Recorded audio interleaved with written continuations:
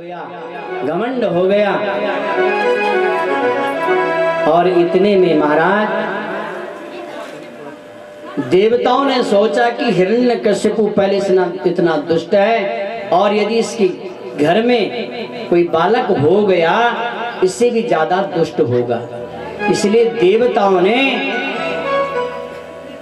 कयादु का हरण कर दिया। हिरण्यकशिपु की पत्नी कयादु, उसका हरण कर दिया। रास्ते में नारद बाबा जी मिले। नारद ने कहाँ ले जा रहे हैं कयादु को? बोला इससे बेटा होगा, उससे हमें बड़ा खतरा है। नारद जी ने रोक दिया और कयादु को अपने पास ले गए। नारद जी ने कयादु को खूब महाराज ज्ञान दिया, क्योंकि कयादु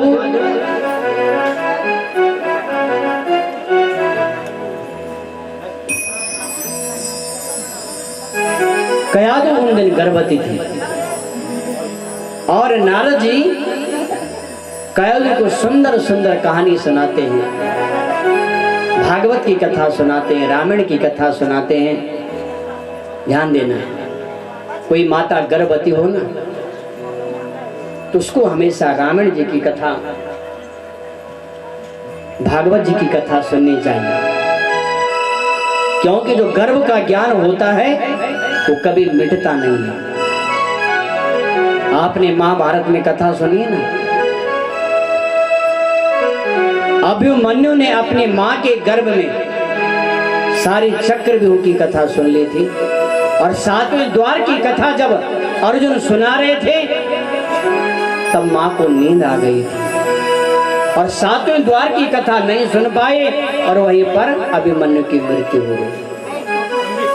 तो जब गर्भ का ज्ञान होता है वो कभी समाप्त नहीं होता। प्रहलाद जी ब्रह्मण्यम, ब्राह्मणों का मान करने वाले हैं, ब्राह्मणों को मानने वाले ब्रह्मण्यम, संत को मानने वाला है।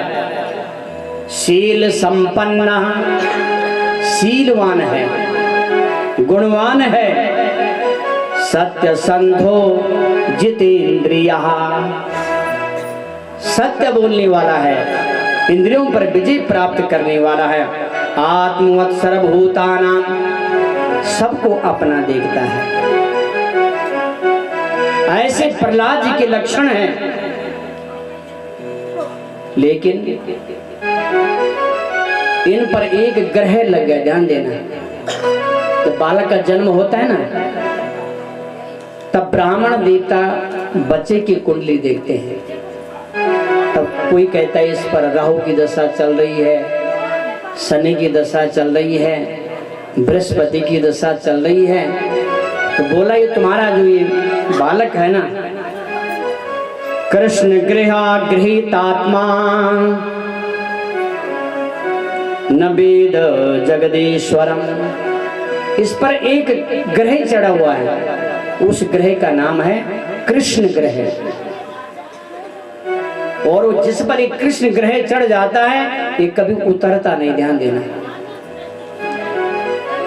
जिस पर एक बार भक्ति का रंग चढ़ गया ना, वो नहीं देखता है कि यह हमारे अपने लोगों की कथा है या पराये लोगों की कथा है। नहीं, जहां कथा हुई दौड़ पड़ते हैं। तो महाराज उसकी क्या लक्षण है? जिस पर कृष्ण ग्रह चढ़ जाए उसके लक्षण क्या है?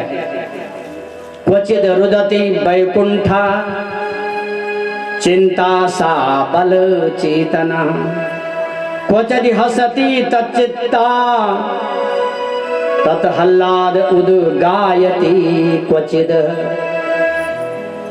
तो जिस पर कृष्ण ग्रह चढ़ जाता है क्वचिद हसति, वो अपने अपने में हंसता रहता है।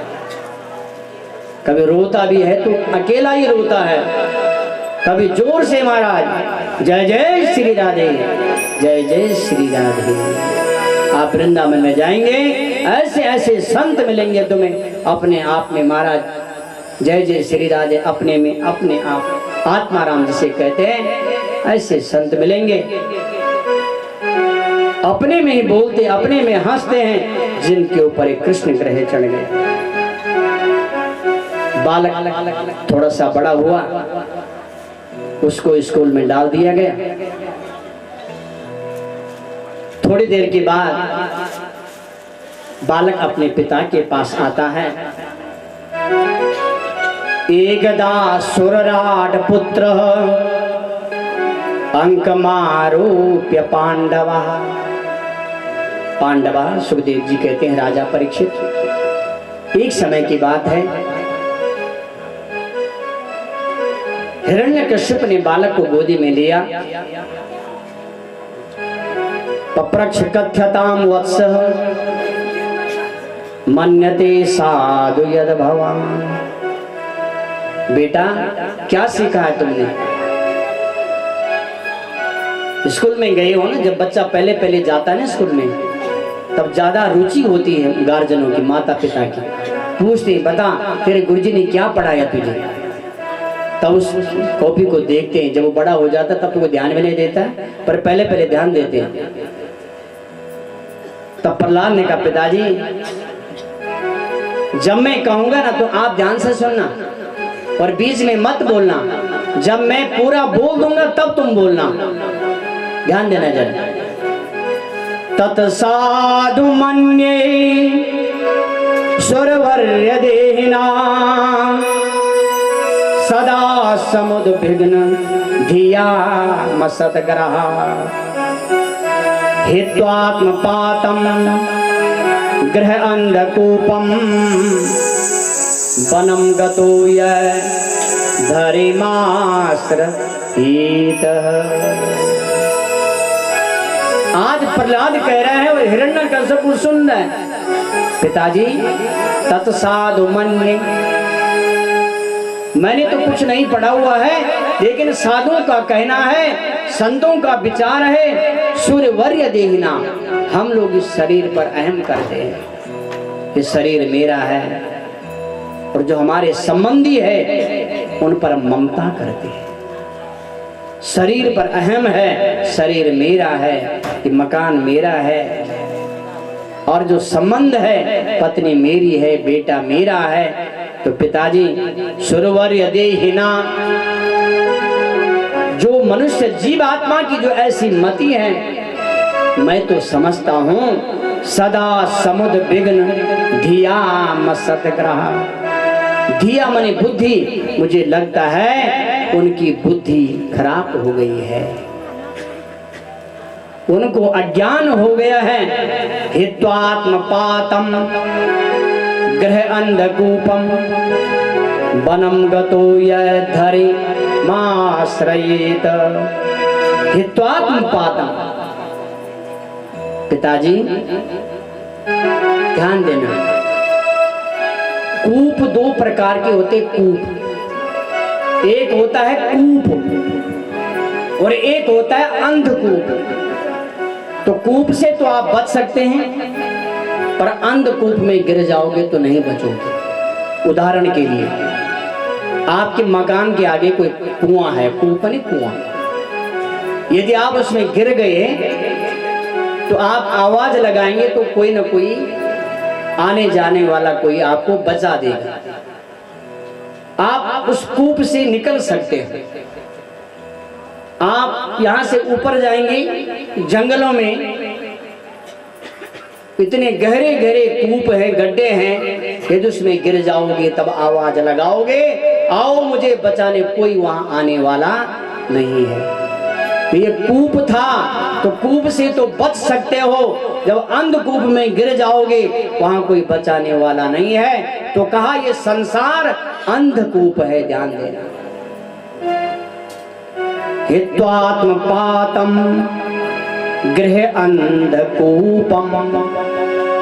पिताजी यदि इस अंधकूप में गिर जाओगे तो कोई बचाने वाला नहीं है। यदि बचना चाहते हो अंधकूप से, वनं गतो धरिमाश्रयेत।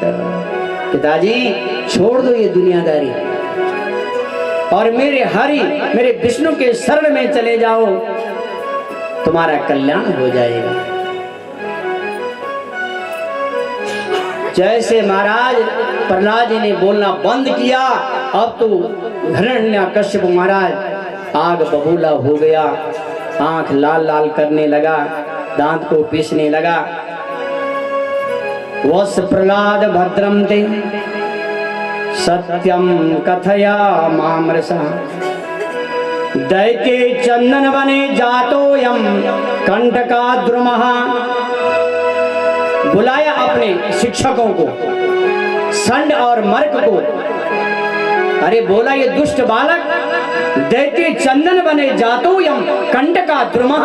अरे हमारे इस चंदन वन में ये कंटक वृक्ष कैसे पैदा हो गया जो मेरे शत्रु का नाम ले रहा है।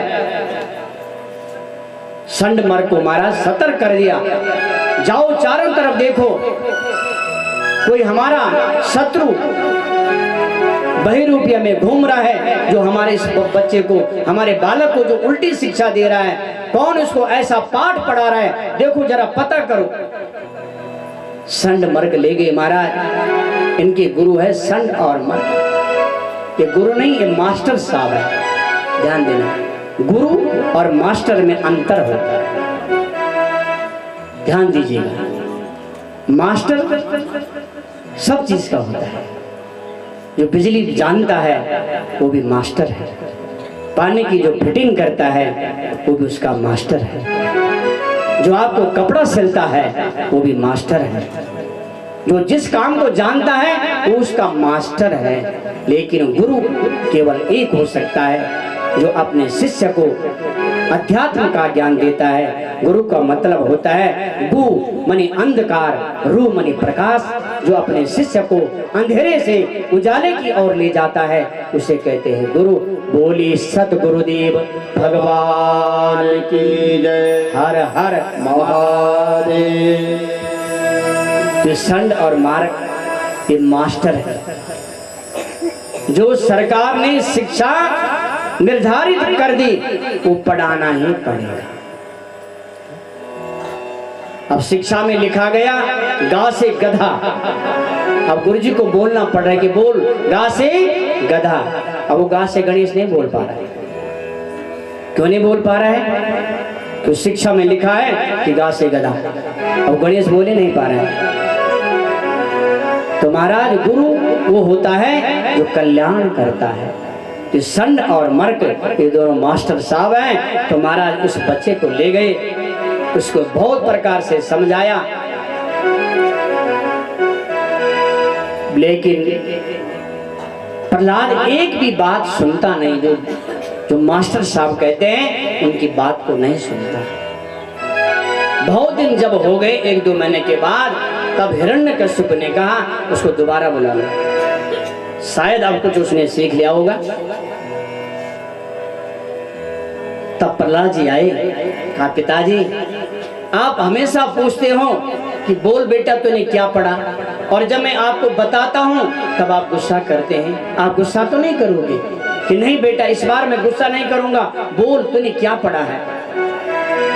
तो कहा पिताजी मैंने इस बार पढ़ा है श्रवणम कीर्तनम विष्णु स्मरणम पाद सेवनम अर्चनम बंदनम दास्यम सख्यमात्मा निवेदनम।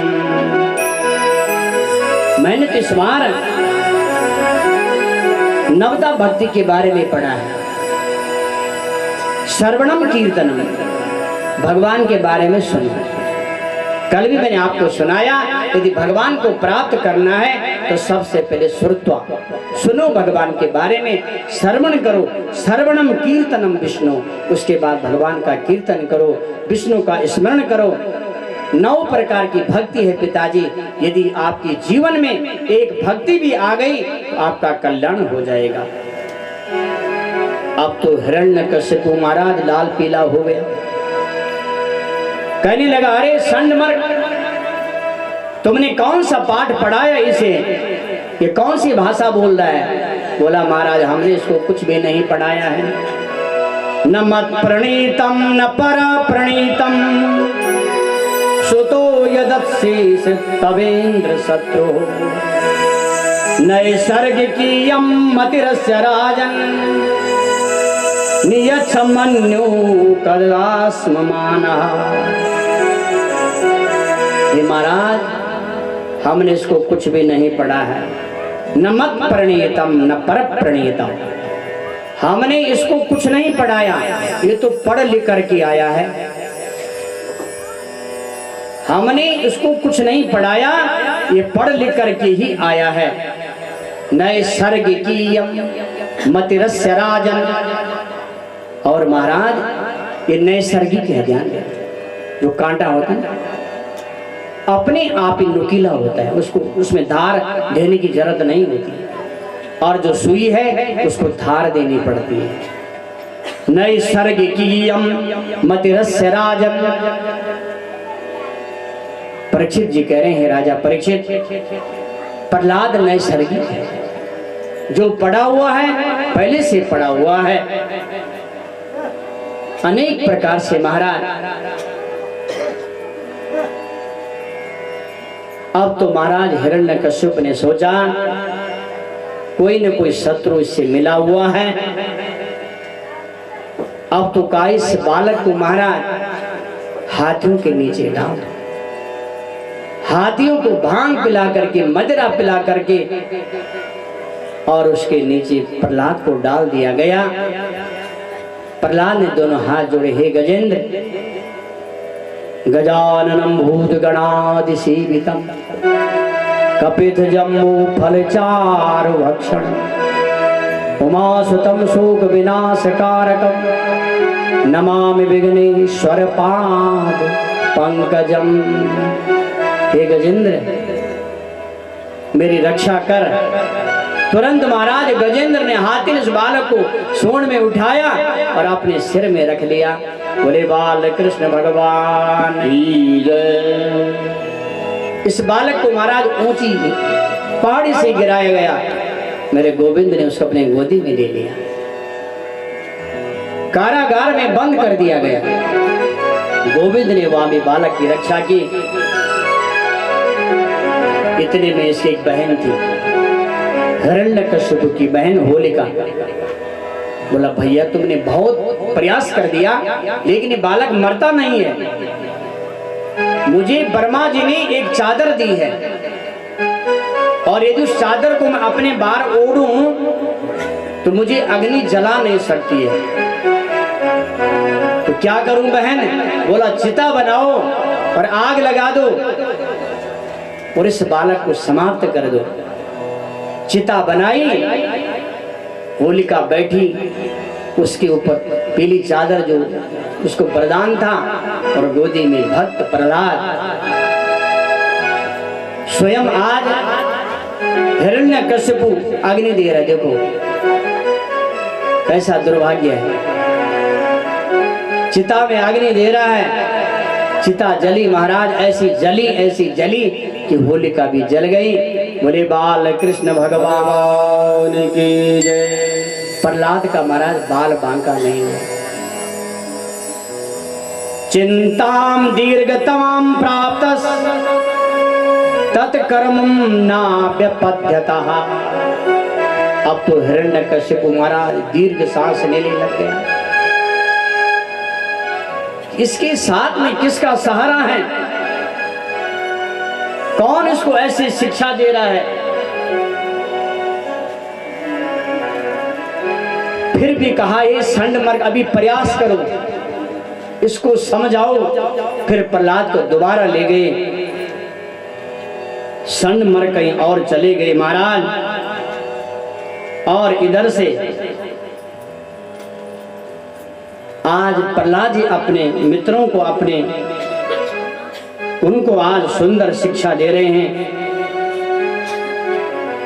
और उनके लिए कहा कौमार आचरित प्राज्ञो धर्मान भागवतान्य दुर्लभम मानुषम जन्मम तदप्याधुर्वमर्थदम। अपने जो शिष्य है ना, उनको आज समझा रहे हैं प्रहलाद जी, क्योंकि कभी कभी क्या होता है, जब गुरुजी क्लास में नहीं आता है तो महाराज क्या होता है, जो मेधावी छात्र होता है उसको गुरुदेव जी कहते हैं मैं थोड़ी देर कहीं जाता हूं, तो तब तक आप बच्चों को थोड़ी देर पढ़ा लेना। तो आज गुरुदेव ने कहा प्रहलाद जब तक हम आते तब तक आप उनको कुछ पढ़ा लो। तो प्रहलाद जी कहते हैं अपने मित्रों के लिए दुर्लभम मानसम जन्म, अरे मेरे मित्रों मेरे सखाओं, ये जो मनुष्य जन्म है बार बार नहीं मिलता है, बड़े भाग्य से मिला है मनुष्य जन्म। मेरे साथ भगवान का भजन करो। तो मित्र कहने लगे भैया हमें तो तुम्हारे पिताजी से बहुत डर लगता है। अरे बोला जब हम अपने पिताजी से नहीं डरते हैं तो तुम क्यों डरती मेरे पिताजी से, मैं आगे हूं ना। तब सारे अपने मित्रों से कहा पायो जी मैंने राम रतन धन पायो, पायो जी मैंने राम रतन धन पायो, मैंने राम रतन धन पायो।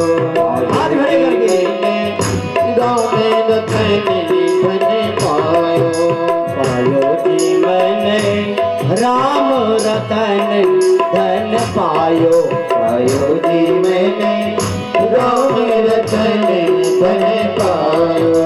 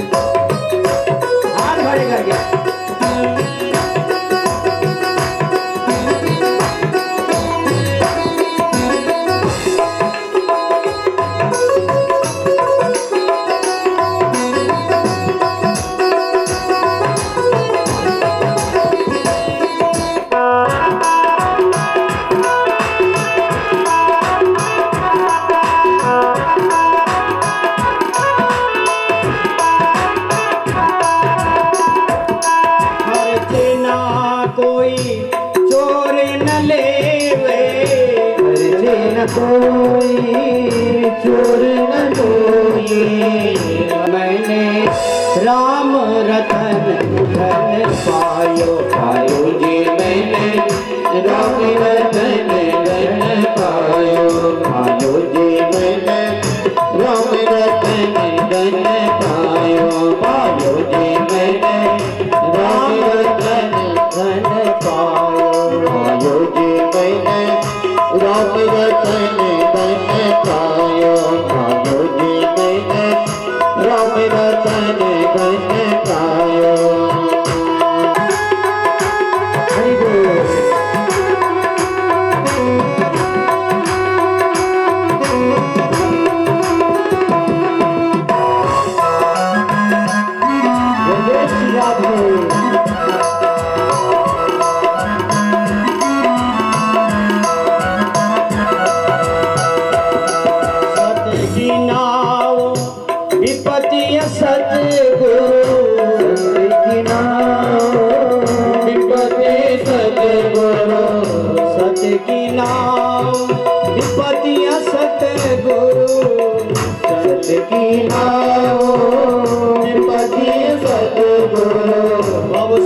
भव सागर तर जायो पायो जी मैं राम रतन धन पायो।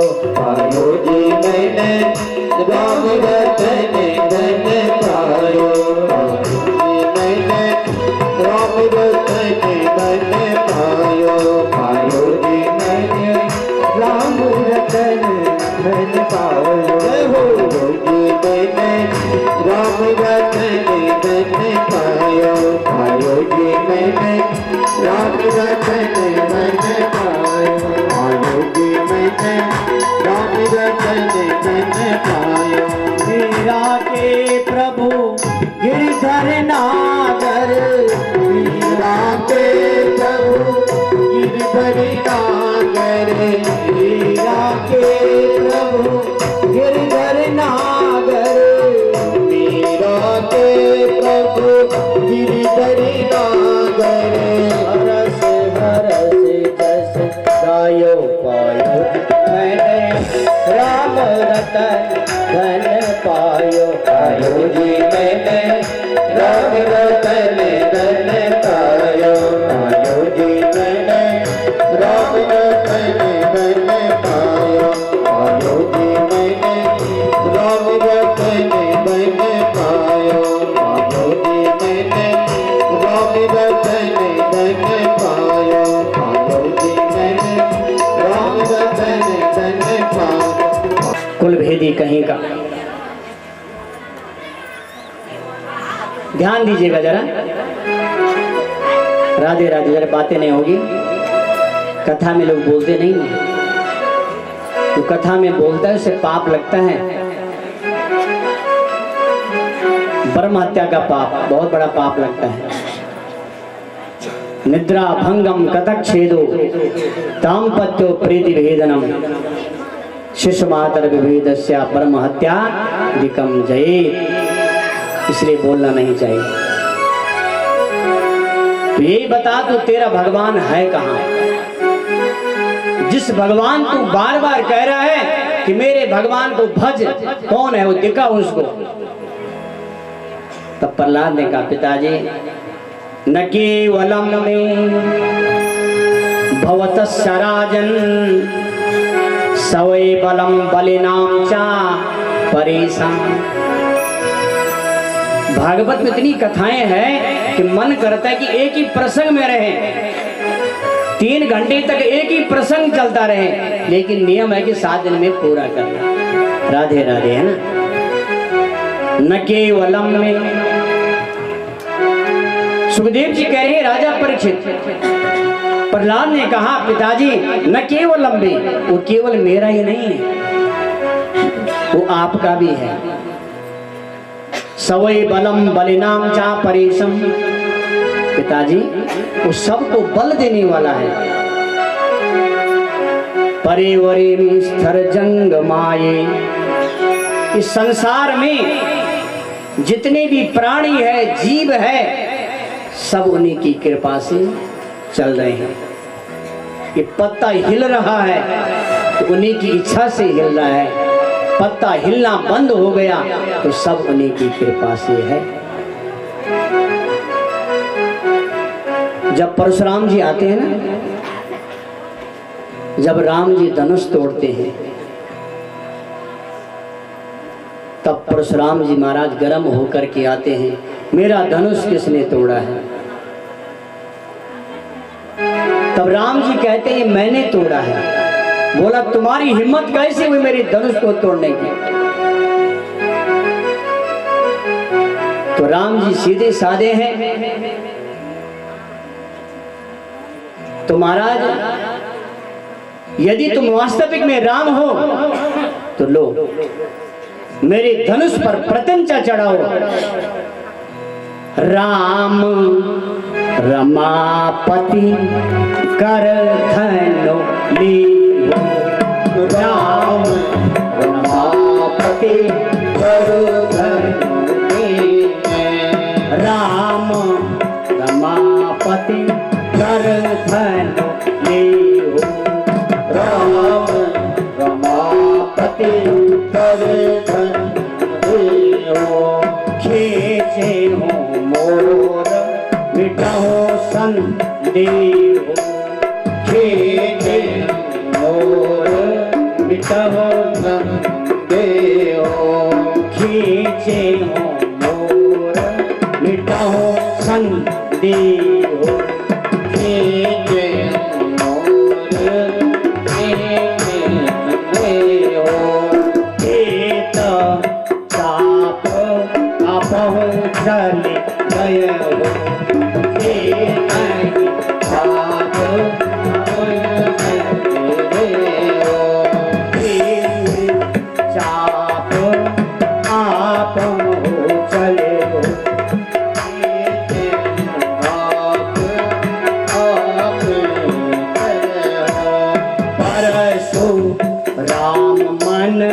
विस्मय भय हो, परशु राम विस्मय हो, परशु राम मन विस्मय भय हो, परशु राम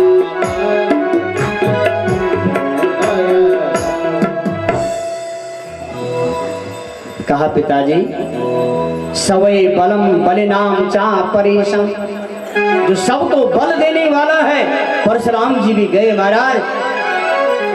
बोला से चाप चढ़ाओ, धनुष अपने आप राम जी के पास चला गया।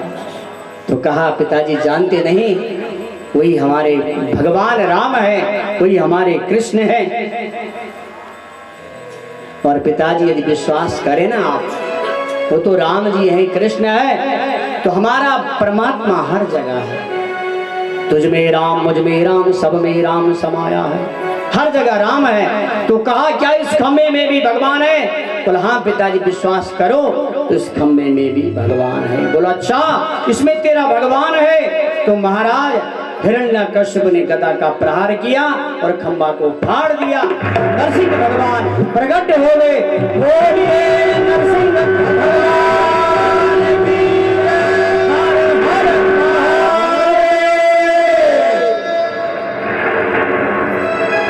भगवान नरसिंह, ध्यान देना, नरसिंह, नर माने मनुष्य और सिंह माने शेर।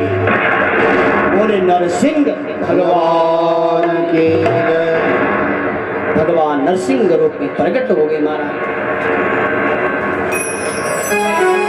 दिन की 12 बजे भगवान प्रकट हुए, पकड़ लिया हिरण्यकश्यप को, युद्ध होने लगा, खेल खेलने लगे भगवान।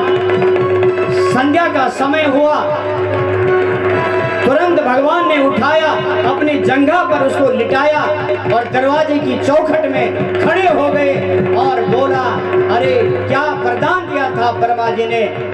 ब्रह्मा जी ने वरदान दिया था मेरी बनाई हुई सृष्टि में किसी से तेरी मृत्यु नहीं होगी, लेकिन ब्रह्मा जी ने मुझे नहीं बनाया, मैंने ब्रह्मा जी को बनाया है। ब्रह्मा जी के वचन भी सत्य हो गए और मैंने कहा था कि नर ना नारायण, मैं न तो मनुष्य हूँ न मैं नारायण हूँ, मैं नरसिंह बन करके आया हूँ।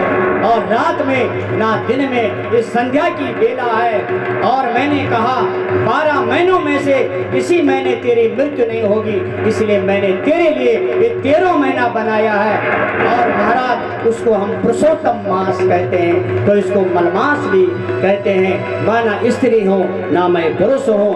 उसकी महाराज छाती फाड़ करके और उसका संहार कर दिया। हरे कृष्ण भगवान की जय। हर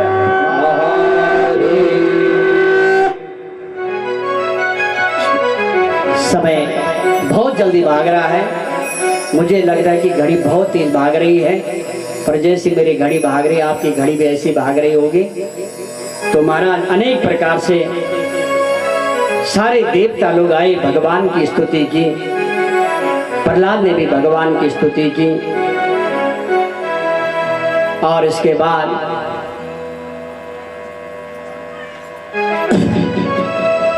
आगे चल करके महाराज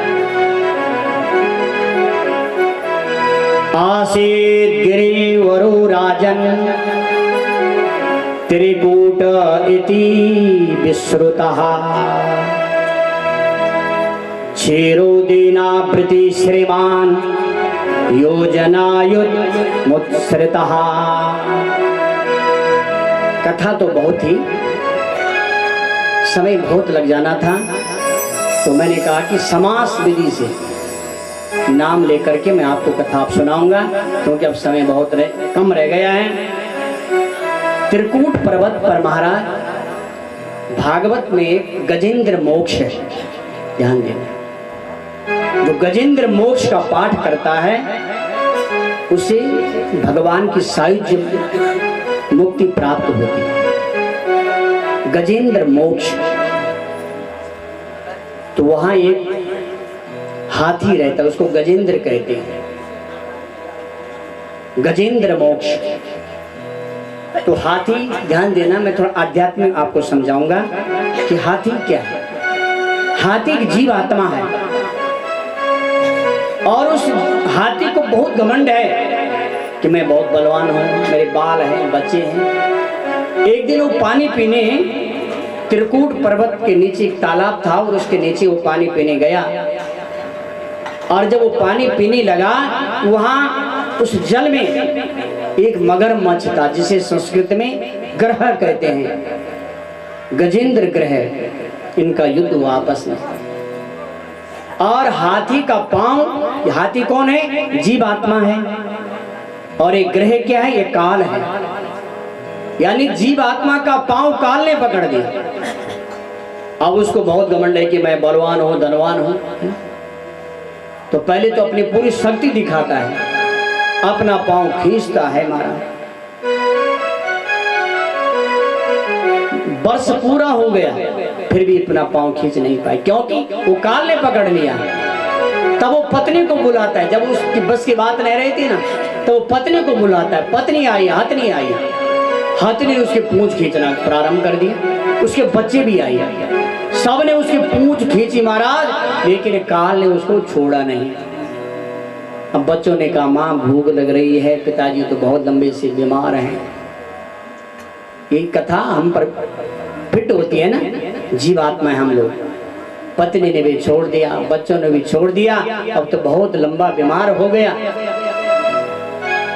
अब उसने देख लिया कि मेरा सारा बल समाप्त हो गया, पत्नी ने छोड़ दिया, बच्चों ने छोड़ दिया, अब कौन मुझे बचाएगा। तब महाराज गजेंद्र ने परमात्मा को बुलाया, भगवान को बुलाया। तुरंत भगवान हरि भगवान प्रकट हुए, बोले हरि नारायण भगवान की जय। हर हर महादेव। जीवन में जब संकट आवे तो भगवान को बुलाओ। आपने कथाएं सुनी, द्रौपदी जब सभा में चीर हरण हो रहा था, अपने पति को बुलाया, भीष्म पिता को बुलाया, सबको बुलाया, दादा को बुलाया, गुरु को बुलाया, कोई नहीं आया। तो अंत में कौन आया? मेरे गोविंद आए। दुशासन दुर्योधन की हाथ भुजाएं थक गई, साड़ी है कि नारी है, नारी है कि साड़ी है, साड़ी है कि नारी है, नारी के बीच में साड़ी है कि साड़ी के बीच में नारी है। उनकी भुजाएं थक गई थी, जब कोई नहीं आता है तब मेरे गोविंद आते हैं। जब कोई नहीं आता है तब कौन आते हैं? मेरे गोविंद आते हैं। हरि भगवान जी आए और हरि भगवान जी ने सबसे पहले गजेंद्र को कहा कि मैं तेरा कल्याण तब करूंगा, पहले मैं उसका कल्याण करूंगा जिसने तुम्हारे चरण पकड़े हुए हैं। पहले ग्रह का कल्याण किया। भगवान कहते हैं जो मेरे भक्तों का चरण पकड़ता है पहले मैं उसका कल्याण करता हूँ। आपने इससे पहले कथा सुनी है, जब वृत्रासुर ने कहा दासान दासो भवितास निभूया, मैं दासों का दास बनना चाहता हूँ। उत्तर मिल गया ना आपको। तो पहले भगवान ने उस ग्रह का उद्धार किया, तब भगवान ने गजेंद्र का उद्धार किया। इनकी भी पूर्व जन्मों की बहुत कथाएं, लेकिन समय हमारे पास बहुत कम है। और इस प्रकार से महाराज और देवताओं और दानवों का आपस में महाराज बहुत युद्ध हुआ। तो देवता लोग जब बहुत परेशान हुए तो भगवान के पास गए। भगवान ने कहा देखो देवताओं, एक मंत्र बताता हूँ, तुम सब कश्यप की संतान है, केवल अंतर इतना है कि तुम माँ अदिति के बेटा हो और जो असुर है वो दिति के बेटा है। तुम्हारा बाप तो एक ही है, पिता एक ही है। मैं कहता हूँ संधि कर लो, उनसे प्रेम कर लो, यदि कुछ अपना काम बने तो कोई बात नहीं है। तुम दैत्यों के पास जाओ और तुम लोग जो है समुद्र मंथन करो, वहां से अमृत प्रकट होगा और तुम अमृत का पान करना। अब तो महाराज देवता लोग तो बड़े स्वार्थी लोग हैं, तुरंत चले गए बलि के पास। अरे भैया आज के बाद हमारा झगड़ा समाप्त। बलि ने कहा क्या हो गया? बोला हम लड़ाई झगड़ा नहीं करेंगे, प्रेम से रहेंगे। बोला ठीक है, तो क्या करें? बोला हम समुद्र मंथन करेंगे, वहां से अमृत निकलेगा और तुम भी अमर हो जाओगे और हम भी अमर हो जाएंगे। अब हमारा समुद्र मंथन के लिए पूरी तैयारी हो गई महाराज। और जैसे समुद्र मंथन के लिए महाराज इन्होंने जो है मंद्रांचल पर्वत को उठा करके और इन्होंने समुद्र में इसकी स्थापना की और बासुनाग को नसेनी बना करके और हमारा समुद्र मंथन प्रारंभ हो गया। गिरिम चारूप्य गरुड़े हस्तो नीकीन लीलया। और महाराज भगवान ने अपने गरुड़ के पंख पर उस मंत्रांचल पर्वत को स्थापना करके और समुद्र में इसकी स्थापना हो गई। बोले बाल कृष्ण भगवान की जय। समुद्र मंथन कथा तो बहुत लंबी है, वैसे मैं विस्तार से नहीं कह रहा हूँ। और हमारा जब समुद्र मंथन प्रारंभ हुआ तो सबसे पहले क्या निकला, ध्यान देना। जब अच्छा काम होता है तो सबसे पहले समस्या खड़ी होती है, परेशानियां आती है, तो सबसे पहले क्या निकला? जहर निकला, विष निकला। तो सबने कहा महाराज कौन जहर खाएगा? सबने हाथ खड़े कर दिए। भाई हमने जहर के लिए समुद्र मंथन नहीं किया, हमने तो अमृत के लिए किया। तो भाई कौन अमृत, कौन विष का पान करेगा? भगवान विष्णु ने कहा भाई हम तो माखन मिश्री खाने वाले हैं, हमारे भोलेनाथ को बुलाओ। बोले शंकर भगवान की जय। और हमारा तुरंत जो भोलेनाथ को बुलाया गया और हमारे भोलेनाथ जी ने उस विष को अपने तथा करतली कृत्य वापी हलाहलम विषम। भगवान ने सोचा, हाथ पर लिया, यदि इस विष को मैं नीचे छोड़ दूंगा तो न जाने इस समुद्र में कितने जीव मर जाएंगे, और यदि मैं इसको पीता हूं तो मेरे हृदय में न जाने कितने भक्त मेरा गुणगान करते हैं। तो भगवान ने उस जहर को अपने कंठ में रखा और भगवान का नाम पड़ गया नीलकंठ। बोले नीलकंठ महादेव की जय। हर हर महादेव। और इसके बाद महाराज समुद्र मंथन प्रारंभ हुआ। कामधेनु गाय निकली तो सबने कहा इस गाय को ऋषियों को दे दो। उसके बाद चंद्रमा का प्राकट्य हुआ। तो चंद्रमा है ना वो समुद्र से निकला हुआ है। तो सबने कहा भाई ऐसा करो, शंकर भगवान ने अभी अभी जहर का पान किया, इसलिए चंद्रमा उनके माथे में दिया जाए, उनको शीतलता प्राप्त हो जाएगी। और उच्चे सर्व नाम का घोड़ा निकला तो सबने का बलि को दिया जाए। एरावत नाम का हाथी निकला तो सबने का भाई इसको इंद्र को दिया जाए। कौस्तुभ मणि निकली तो सबने कहा इस कौस्तुभ मणि को भगवान को दे दो। और कल्प वृक्ष निकला तो सबने कहा भाई इसको जो स्वर्ग में इंद्र को दे दिया जाए। उसके बाद लक्ष्मी निकली। क्या निकली? लक्ष्मी। अब लक्ष्मी के लिए महाराज सब दौड़ पड़े। देवताओं ने कहा लक्ष्मी हमें चाहिए, असुरों ने कहा हमें चाहिए, देवता सब ने कहा लक्ष्मी हमें चाहिए। सब लक्ष्मी के पीछे दौड़ते हैं, सबको लक्ष्मी नहीं मिलती। लक्ष्मी जिसको चाहती है लक्ष्मी उसके पीछे अपने आप दौड़ती है। ध्यान देना। सब ने आसन लगा दिया महाराज।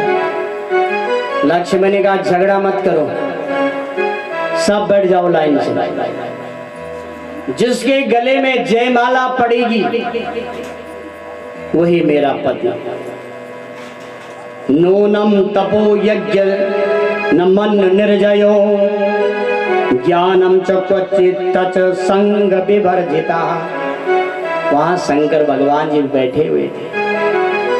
बोले बहुत अच्छे हैं, तपस्वी हैं, योगी हैं, लेकिन स्वरूप थोड़ा सा गड़बड़ है।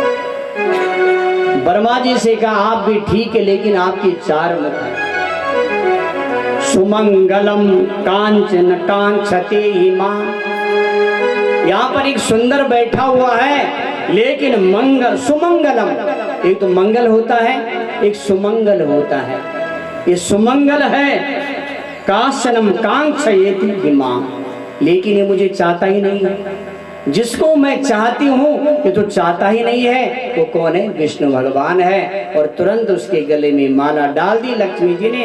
बोलिए लक्ष्मी नारायण भगवान की जय। हर हर महादेव। लक्ष्मी को महाराज नारायण जी को लक्ष्मी मिली। और उसके बाद धन्वंतरी भगवान जी का प्रादुर्भाव हुआ। बोले धन्वंतरी भगवान की जय। धन्वंतरी जी ने अमृत का कलश ले आए और महाराज जैसा अमृत निकला, अहम पूर्वम न त्वमिति प्रभु। देवताओं ने कहा पहले हम, दैत्यों ने कहा पहले हम, हमारी बारी आएगी। आपस में विवाद हो गया। सुंदर भगवान ने महाराज मोहनी का रूप धारण कर लिया। बोले मोहनी मैया की जय। और बलि तो महाराज अमृत का कलश ही ले गया था। जैसे बलि ने जो है मोहनी को देखा, और अब तो बलि देखता ही रह गया। उसके सौंदर्य पर महाराज उसका मन मुग्ध हो गया। मोहनी जान गई अब ये तो फंस गए जाल में। राधे राधे। अब तो महाराज बलि पूछने लगा देवी कौन है आप? बोला मेरा नाम मोहनी है, मैं स्वर्ग की अप्सरा हूँ, मैं स्वर्ग से आई हूँ। बोला आपका परिचय? बोला हम तो कश्यप नंदन है, हम बलि हैं। बोला आप तो प्रतापी हैं, राजा है। मोहनी ने महाराज उसको तो ऐसा उठा दिया, मूर्ख और शंख, मूर्ख और शंख। ध्यान देना जरा। तो मूर्ख होता ना उसकी महाराज दो चार बातें बोल दो ना ऐसा भूल जाता है, और शंख जब दूसरा बजाता है तब बजता है। तो ध्यान देना जरा। अब तो महाराज बलि बहुत प्रसन्न हो गया। बोला देवी जब आप हमारी इतनी प्रशंसा कर ही रही है तो मैं चाहता हूं कि आप हमसे विवाह रचा दो। मोहनी ने कहा देखो कश्यप नंदन, अभी तुम्हारी हमारी मुलाकात 1 घंटे की भी नहीं हुई है और तुमने विवाह का प्रस्ताव रख दिया। विश्वासम पंडितो जातु कामनी सुनायाति। अरे जो पंडित लोग होते, ज्ञानी जो लोग होते हैं, वो एकदम किसी पर विश्वास नहीं करते। मैंने बोला मैं स्वर्ग की अप्सरा हूं और आप मेरे साथ विवाह करने को तैयार हो गए। लोग ऐसी स्त्रियों पर विश्वास नहीं करते। अपने आप भगवान कह रहे हैं मोनी बन करके, कामनी सुनायाति। ऐसा विश्वास नहीं करना चाहिए कभी। बोला नहीं नहीं, अब तो विवाह आपसे होगा। बोला ठीक है, हम आपसे विवाह करेंगे, लेकिन हमारी शर्त है, क्योंकि अभी अभी तुमने जो समुद्र मंथन किया है और आपके पास जो अमृत कलश है, जो अमृत का कलश है ना, इस अमृत कलश को मेरे पास दे दो राधे राधे, तेरे बातें नहीं होगी। और मैं चाहती हूं कि तुम सब कश्यप नंदन है, देवता लोग भी तुम्हारे भाई है। तुम्हारी शर्त हुई है ना कि हम समुद्र मंथन करेंगे और वहां से अमृत निकलेगा और हम सब भाई लोग मिलकर के पिएंगे। अब जब अमृत निकल गया, अब आप अकेले जा रहे हैं। मैं चाहती हूं तुम सब मिलकर के इस अमृत को पियो। बोला ठीक है देवी, पर विवाह तो हो जाएगा ना? बोला हाँ विवाह हो जाएगा राधे राधे। और महाराज विवाह करने को तैयार हो गया। कौन? बलि। और इधर से महाराज, तो मोनी ने कहा कि मेरी शर्त यह है, आप लाइन लगा दो।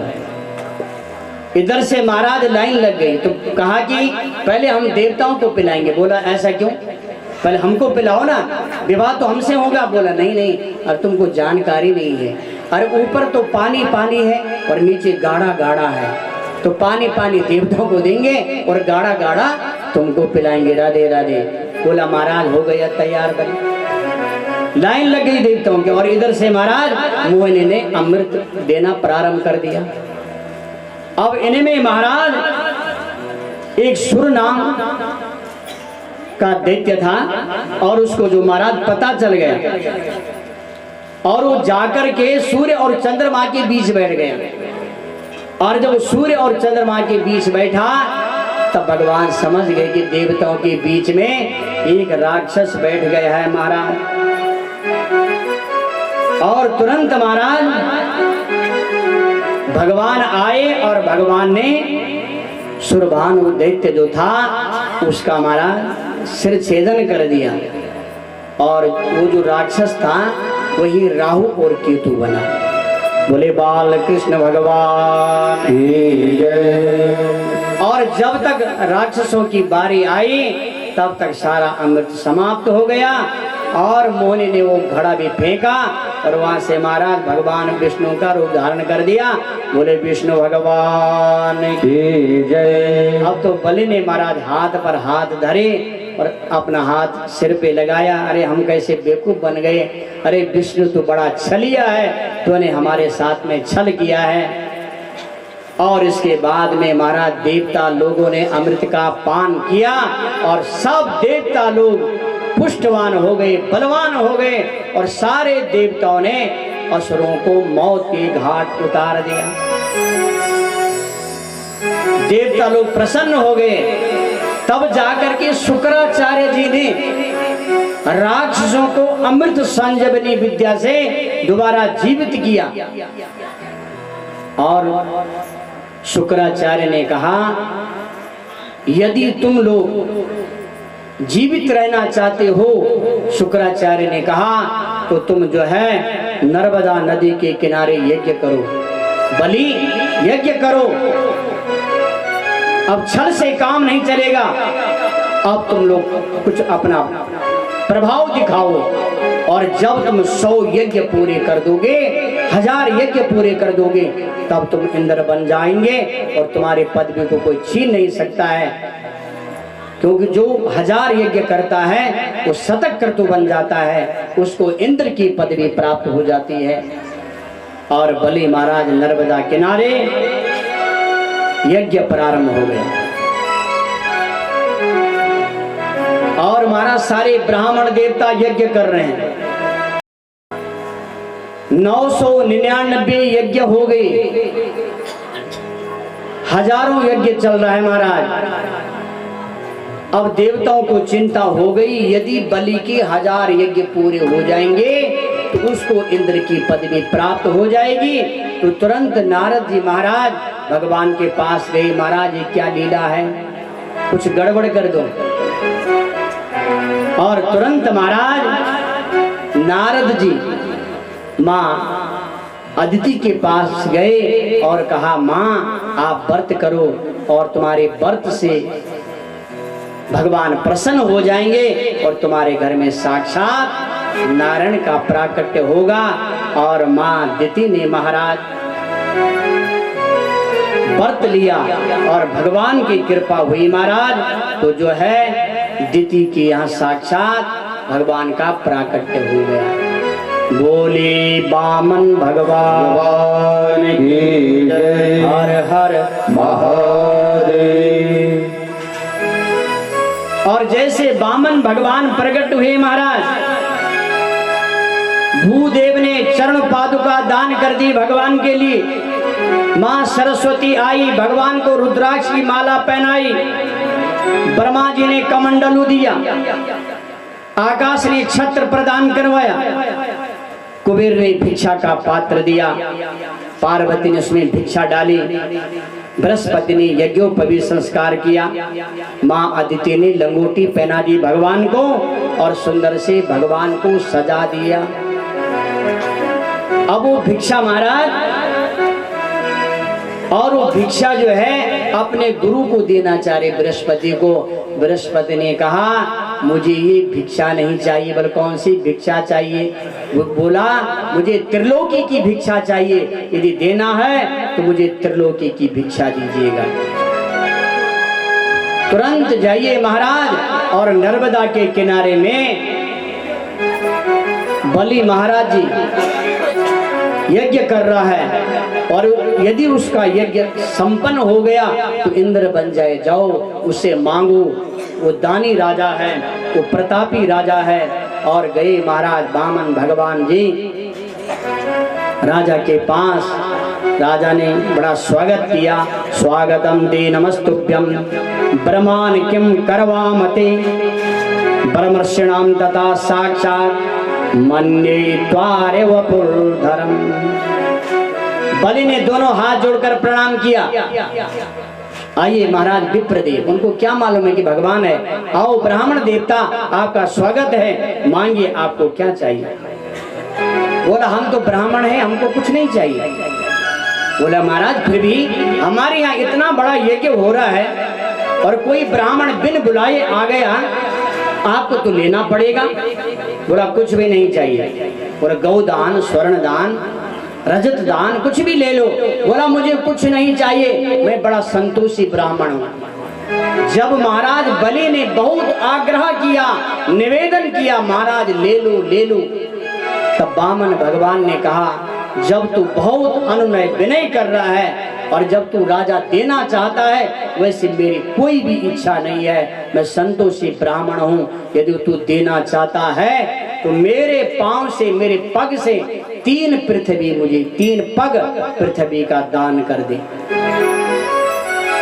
अब तो बलि हंसने लगा, अरे बामन भगवान जी आप बामन उंगल की तो स्वयं हो, बामन उंगल कितना होता है, और अपने पांव से तुम 3 पग पृथ्वी मांग रहे हो। मैं यजमान हूं, मेरे पांव से 3 पग मांगते तो मैं कुछ बात भी मानता। तो 3 पग में न मकान बनेगा, न भवन बनेगा, न कुटिया बनेगी, न गौशाला बनेगा, कुछ नहीं होगा।